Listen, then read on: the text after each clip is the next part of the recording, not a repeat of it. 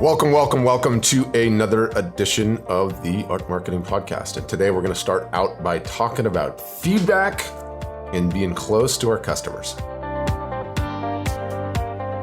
And it's a major theme of how we actually do marketing at art storefronts. And I think one of the ways that manifests itself is actually talking to customers. Imagine that, right?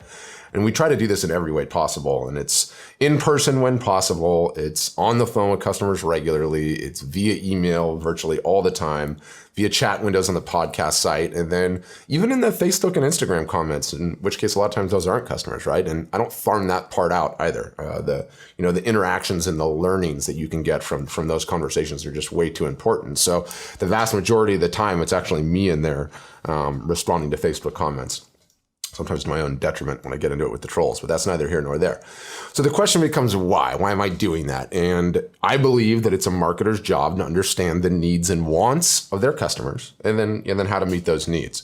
And I think in today's digital world, it's just so easy to hide behind a website and pushed out social media updates. And it's easy to forget on the other end of that Instagram follower is actually a human being. It's a relationship.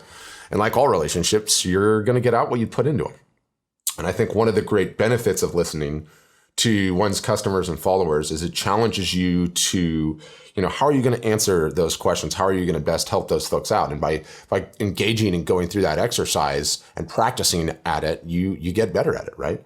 And I found a great way to do that is with this concept that I use, and it's most artists are startups. So what do I mean? Most artists are startups, right? Yep.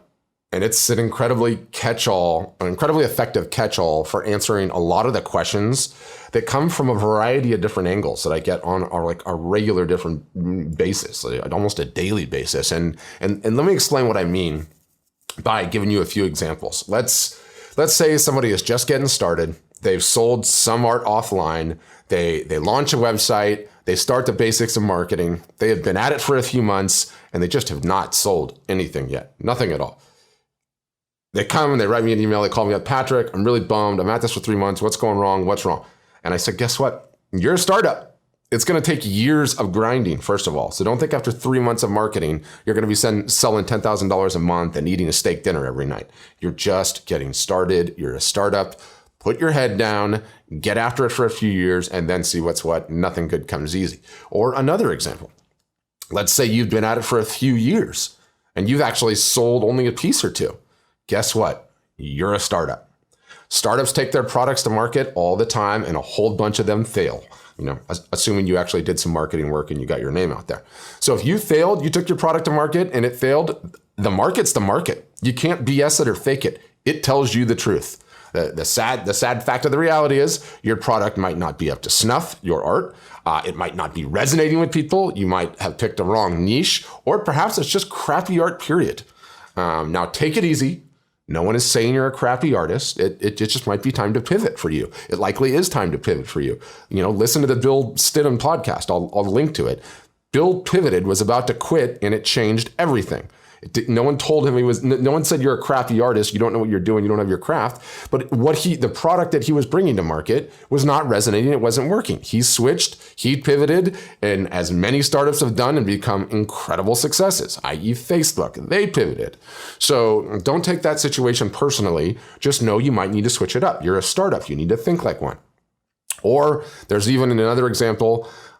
It's an email I think I just got yesterday or 2 days ago. This dude is a mega accomplished assignment photographer. He's been sent all over the world on assignment, taking photos of everything. Multiple awards, crazy experienced, insane body of work. And he doesn't want to be an assignment photog anymore. He wants to start selling some fine art online and diversifying, right? Guess what? Yep. He's also a startup. And this is a really hard one to swallow. So you're telling me that after a 20-year career, all these accomplishments, I'm a startup? Yep. In the email back, I actually wrote, that's great that you have accomplished all that and it's all under your belt. But let me tell you, the internet does not give a starts with S and ends with T. They just don't. Audiences online are not like light switches. You don't just flip them on. It takes time and hard work to get a huge email list, social media following, and yes, obviously buyers. So he's a startup.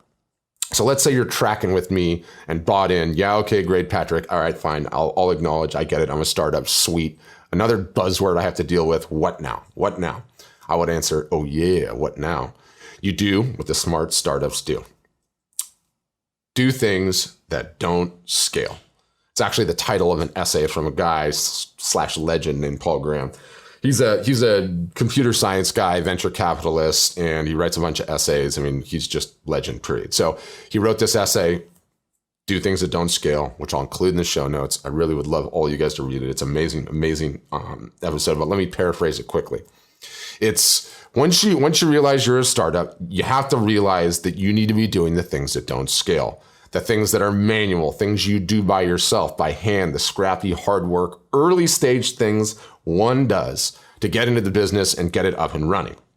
Things that you could just simply not do if you were a bigger business, right? Hence, they wouldn't scale. Again, let's go for some examples. Let's say if you're starting a barber shop and you were just getting started, you might put a free haircut sign outside. Cut people's hair for free the first time. You'll likely get some lifelong customers. They're going to share your shop, bring friends. That's the catalyst you need to get that barbershop up and running, at which point in time, after a little while, you're not going to do the free haircuts anymore because that would never scale. Or let's talk about the Airbnb example. Pretty much everyone knows what Airbnb is. It's how you can rent people's houses instead of hotels all over the world.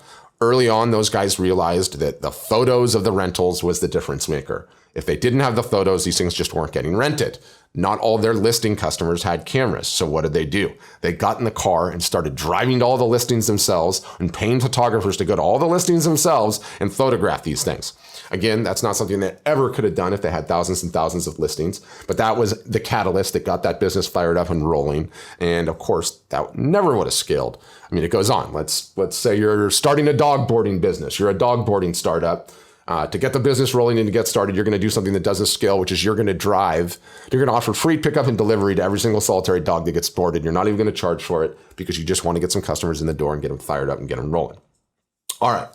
So you've endured all that rant. Let me leave you with some hardcore tactical, something that you can get going on today and something that does not scale. It's another Instagram technique. Again, why Instagram? Instagram is now roughly at about 700 million monthly users, 400 million daily users, and 200 million daily stories users. I love those Insta stories. But you can also do this on Facebook. But for today's purposes, we're going to just be talking about the Instagram. And this is essentially an Instagram DM technique, which is direct messages. So you're smart, good looking, and best of all, you're marketing on Instagram. You're posting content regularly and you're picking up new followers. So let me ask you, how many of these new followers are you sending a direct message to? All of them, right? Of course you are. It's time to do something that does not scale. What if you started sending every single new follower you got a direct message? And don't worry, if you've never sent a direct message, you don't know what this looks like. Got a detailed screencast that we've recorded. I'm going to include it in the show notes, artmarketingpodcast.com. So start sending everyone that follows you a direct message. Ask a question, start a relationship, realize it's a human being behind that profile. Let's get tactical and really break this down. So here's how it would work. You get a new follower, you click through to their profile, you learn a bit about who they are by looking at their photos. You know, sometimes they're private, you can't see their photos, you just see their face. So how about you send them a direct message? And let's say that, Bob just followed you. You say, hi, Bob, I just wanted to say I really appreciate you following me. Means a lot to me. Can I just ask you one quick question? What was it about my art that convinced you to follow me? Thanks so much, Patrick. You do this every day for every follower. You can even go backwards and ask old followers. Now, sure, plenty of folks will ignore you, but who gives a crap? Honestly, who gives a crap? You are not selling art to plenty of folks. You're selling art to Bob that lives in Tallahassee, Florida, has a wife, 2 dogs, and likes bone fishing in the Keys on the weekends. And guess what? Bob just responded to your direct message. A relationship has been started. You have a back and forth as a result of your direct message. As the months go by, he starts to comment on posts and you comment back. The relationship blossoms and flourishes.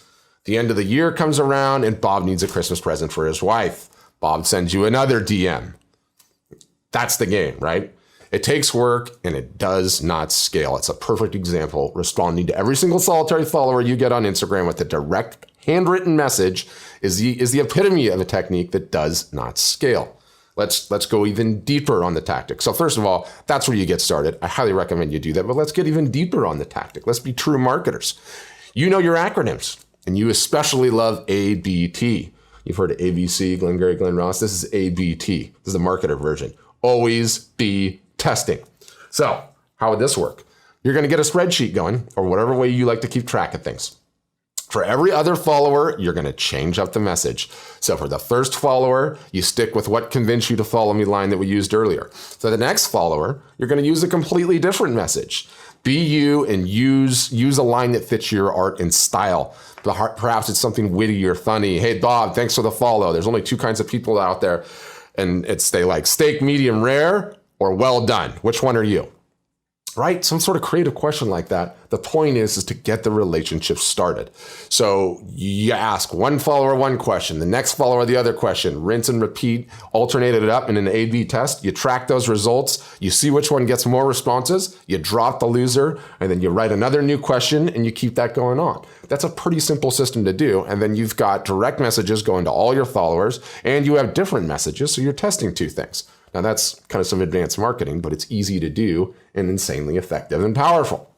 So let me stop you right there. And while I'm at it, get even further tactical. So Patrick, or this is exactly how I can see it on Twitter. I'm going to get the direct messages myself. Patrick, I get 15 new followers a day. Okay.